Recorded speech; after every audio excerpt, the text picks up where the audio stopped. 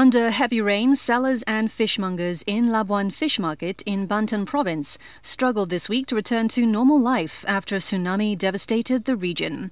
Stalls rely on remnants of fruits, groceries and fish, anything they could salvage to make a little profit, despite residents mostly evacuating to temporary shelters. The tsunami hit Lampung, South Sumatra and Banten. This year, Indonesia has suffered its worst death toll from disasters in over a decade. Earthquakes flattened part of Lombok Island at the end of summer, and a double quake and tsunami killed more than 2,000 people on Sulawesi Island in September.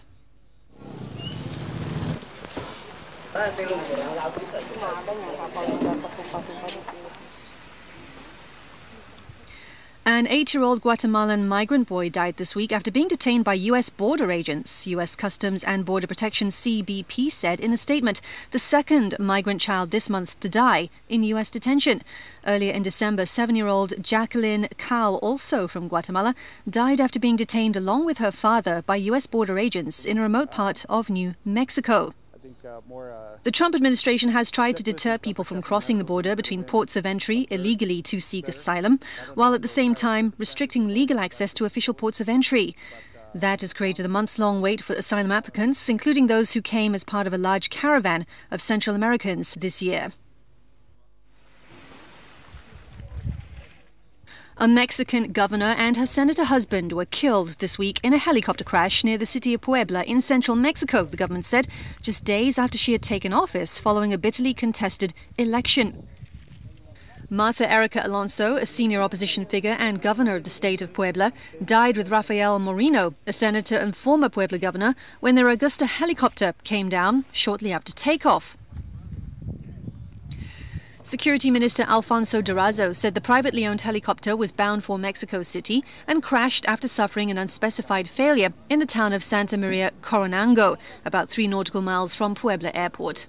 Alongside the politicians were Captain Roberto Cope, the first officer Marco Antonio Tavera, and it is presumed there was a 5th passenger. President Andrés Manuel López Obrador said on Twitter that his government would investigate the accident. Authorities had been in touch with the helicopter and engine manufacturers. Alonso from the centre-right National Action Party, or PAN, took office this month after winning a bad-tempered contest in July. López Obrador's leftist National Regeneration Movement, Morena, accused her of stealing the election. Moreno was governor of Puebla between 2011 and 2017 and headed the PAN in the Senate. An electoral tribunal validated the Puebla result only this month, and opposition politicians called for an independent investigation into the crash due to the charged atmosphere. Vicente Fox, a former Mexican president and longtime critic of López Obrador, told local television he was troubled by the timing of the accident after the electoral dispute. For now, Puebla's Interior Minister, Jesus Rodriguez, will be interim governor before elections are held within 5 months, the Puebla government said. A number of Mexican politicians have died in aircraft accidents in recent years, including federal interior ministers in 2008 and 2011. The latter two were also members of the PAN.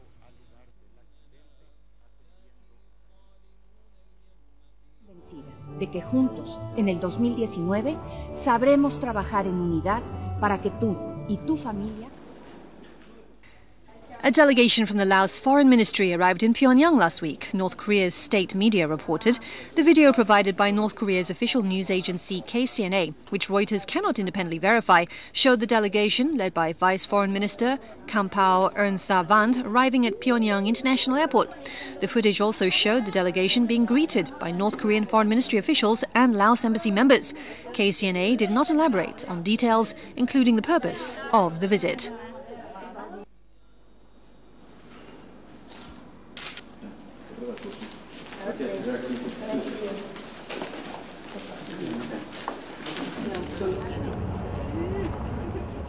Former Nissan Motor Representative Director Greg Kelly was released earlier this week after more than a month in detention over financial misconduct charges, as a Tokyo court rejected prosecutors' request to hold the American executive.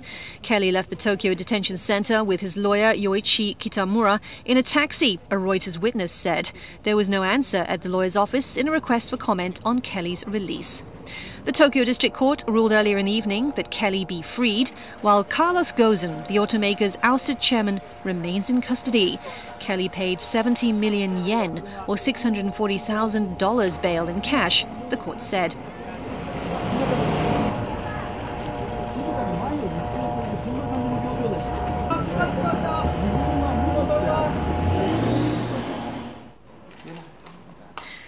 Secretary of the Supreme National Security Council, SNSC, of Iran said that some countries have sold their national security to the will and decision of trans-regional governments and believe that the United States can guarantee their survival. Speaking in a meeting with the Speaker of the National Assembly of the Republic of Azerbaijan, Oktay Azadov, Ali Shamkhani considered the joint great cultural, civilized, religious, linguistic and ethnic ties between the two countries to be a unique investment for the development and expansion of relations that could benefit the region. Expressing that the borders of the two countries are the frontiers of peace and friendship, he added, there are numerous capacities to increase the level of trade between the two countries, which accelerating its activation can lead to the prosperity, stability and security of the two countries. The Secretary of the Supreme National Security Council of Iran pointed to the efforts and actions of some countries opposing friendly relations between the two countries in order to strike at the strong ties between Tehran and Baku, and added the security of the countries of the region is collectively secured by adopting common approaches and holding talks, as well as close interactions. Shamkhani said that some countries have sold their national security to the will and decision of transnational nations and believe that the United States can guarantee their survival, while the only way for governments to continue is relying on national capacities and popular support.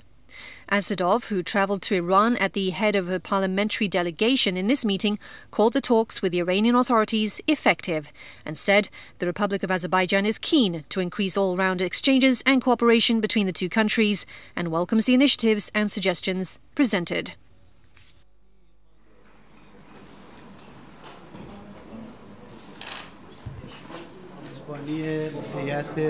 Commander of the Iranian Navy, Rear Admiral Hossein Khanzadi, said the technical cooperation between the naval forces of Iran and Russia will further increase in the future.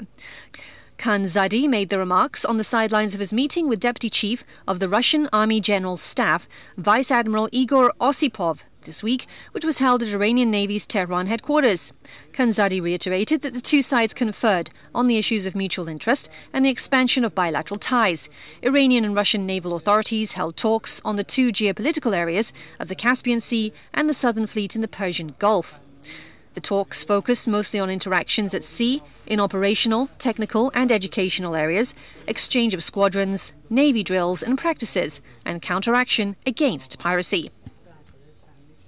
A delegation from the Russian Defense Ministry, led by the Deputy Chief of the Russian Army General Staff, Vice Admiral Igor Osipov, arrived in Iran to take part in a second session of the Russian-Iranian Working Group for the implementation of a bilateral agreement on military cooperation signed in January 2015 by Defense Minister Sergei Shoigu and his Iranian counterpart Hussein Degan.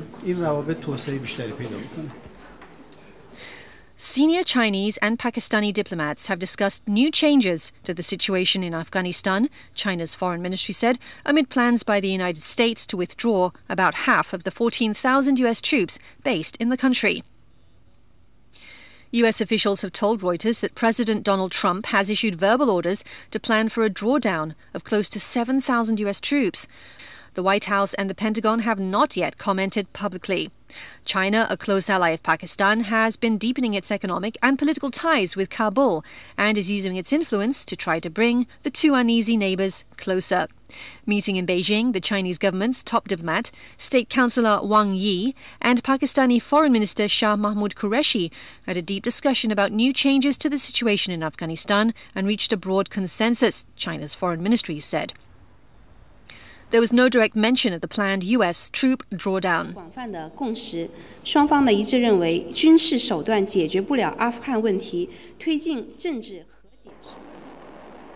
China successfully has launched the No. 3 telecommunication technology test satellite.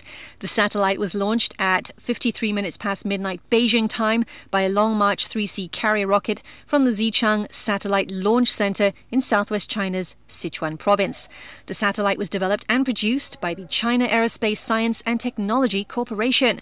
The Long March system has finished 296 missions.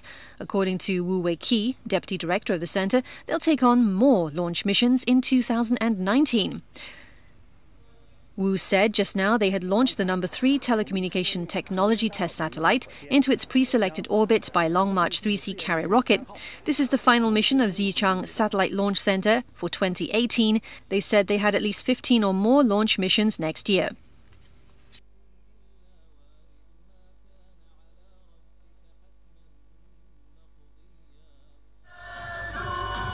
A food carnival has been in full swing in Chengdu, a city of gastronomy in southwest China, showcasing local culinary culture and specialty delicacies to foodies coming from home and abroad. The 15th International Food Festival of Chengdu and 2018 Hot Pot Culture Month was launched in Chengdu, Sichuan Province and will end on January 10, 2019. The carnival is an important local food culture festival. In the past, 14 sessions have been held to promote local cuisine culture. This year's event is highlighted with the theme Food Culture Inheritance, Innovation, Inclusiveness, Openness. In the dining hall, chefs from 18 countries and regions are making a variety of dishes to enable guests around the world to enjoy different cuisines at the carnival. Over 20,000 local restaurants have given customers discounts to varying degrees to echo the festival. Even overseas Chengdu cuisine restaurants have engaged in the festival. The Chengdu Hot Pot restaurants in Singapore also launched promotional activities as part of the carnival. In recent years, Chengdu launched a variety of projects to develop the local cuisine culture into a more industrialized development, such as the inheritance of time-honored restaurant brands and integration of the catering industry and internet. At present, the city of gastronomy boasts a total of more than 100,000 restaurants and 600,000 employees in the catering industry.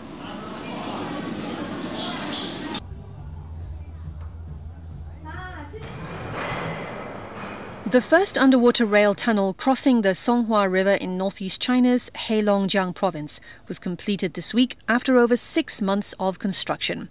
The 1.9-kilometre rail tunnel is built more than 20 metres under the surface of Songhua River. As one of the most difficult parts of the Harbin Metro Line No. 2, it's an ultra-long tunnel among its kind with high risk and complicated conditions for construction. Its difficulty is also among the highest in the world for similar projects. According to the geological conditions of the construction site, they customized 2 slurry-balanced tunnel boring machines. They overcame a series of technological difficulties like tunneling long distance in water-rich sand layers, drilling through the river without changing blades, making small curved turns and carrying slurry shields in winter, said Zhao Zun, an engineer of the China Railway Tunnel Group. The first phase of Harbin Metro Line No. 2 is 28.6 kilometres long and has 19 stops while going through 18 tunnel sections.